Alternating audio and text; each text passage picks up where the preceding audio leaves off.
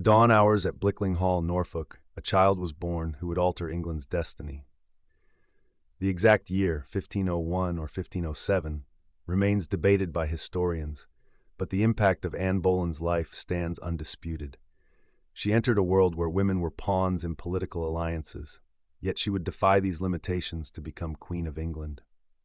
The young Anne developed in the Tudor atmosphere of Hever Castle. Her father, Sir Thomas Boleyn, a skilled diplomat, understood the value of education. Unlike many noble girls of her time, Anne studied mathematics, theology, architecture, and poetry. She mastered French and Latin, developed musical talents, and learned the intricate rules of courtly behavior. At age 12, Anne sailed to France, serving first in the household of Queen Mary Tudor, then under Queen Claude.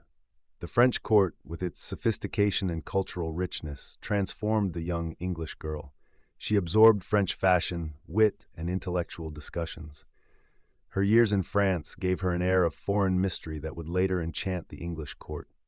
When Anne returned to England in 1522, she brought French elegance to the Tudor court. As lady-in-waiting to Queen Catherine of Aragon, she turned heads, not through conventional beauty, but through her style, charm, and quick wit. Contemporary accounts describe her as not one of the handsomest women in the world, with dark hair, dark eyes, and olive skin, but note her excellent grace and entertainment in dancing. Henry VIII first noticed Anne during a court masquerade in 1526. The king, still married to Catherine of Aragon, pursued Anne as he had pursued her sister Mary years before. But Anne proved different. When Henry sent her gifts and letters, she refused his advances. She would not become a royal mistress like her sister. "Mine own sweetheart," Henry wrote in one surviving letter, displaying his growing obsession. Anne's response set the terms: marriage or nothing. This ultimatum began what historians call the king's great matter, Henry's determination to annul his marriage to Catherine of Aragon. The next years witnessed unprecedented changes. Henry challenged the Pope's authority when Rome refused to grant his annulment. Thomas Cromwell, the king's chief minister, orchestrated a break with the Catholic Church. Thomas Cranmer became Archbishop of Canterbury, ready to serve the king's wishes. In January 1533, Anne and Henry married secretly. She was already pregnant. By May, Cranmer declared Henry's first marriage void and his union with Anne valid. On June 1, 1533, Anne processed through London for her coronation wearing white and gold, crowned Queen of England.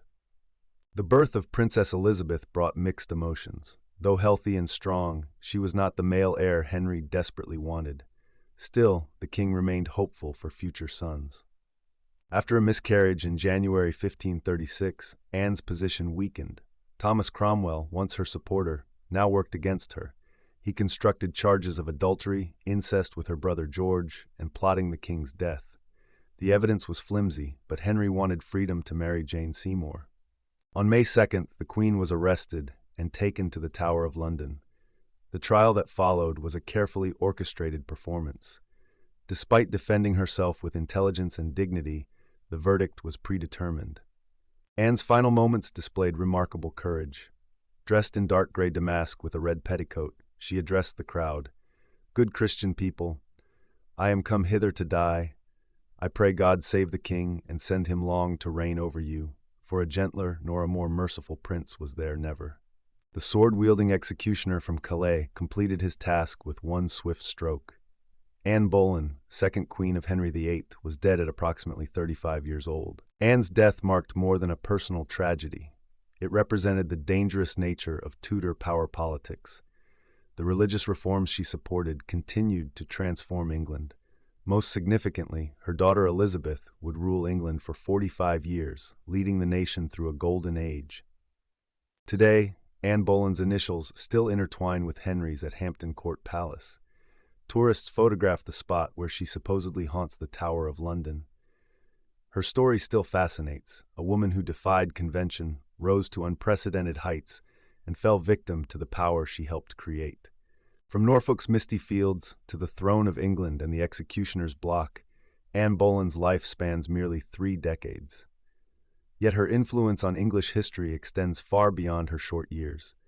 Her refusal to accept the traditional role of royal mistress, her support for religious reform, and her daughter's reign transformed England's religious, political, and social landscape. In Tudor England's dangerous game of power and ambition, Anne Boleyn played her hand with courage and determination. Though she lost her life, her impact on English history proved permanent. 5 centuries later, we still study her story, debate her motives, and wonder at the woman who dared to reach for a crown and paid the ultimate price for her ambition.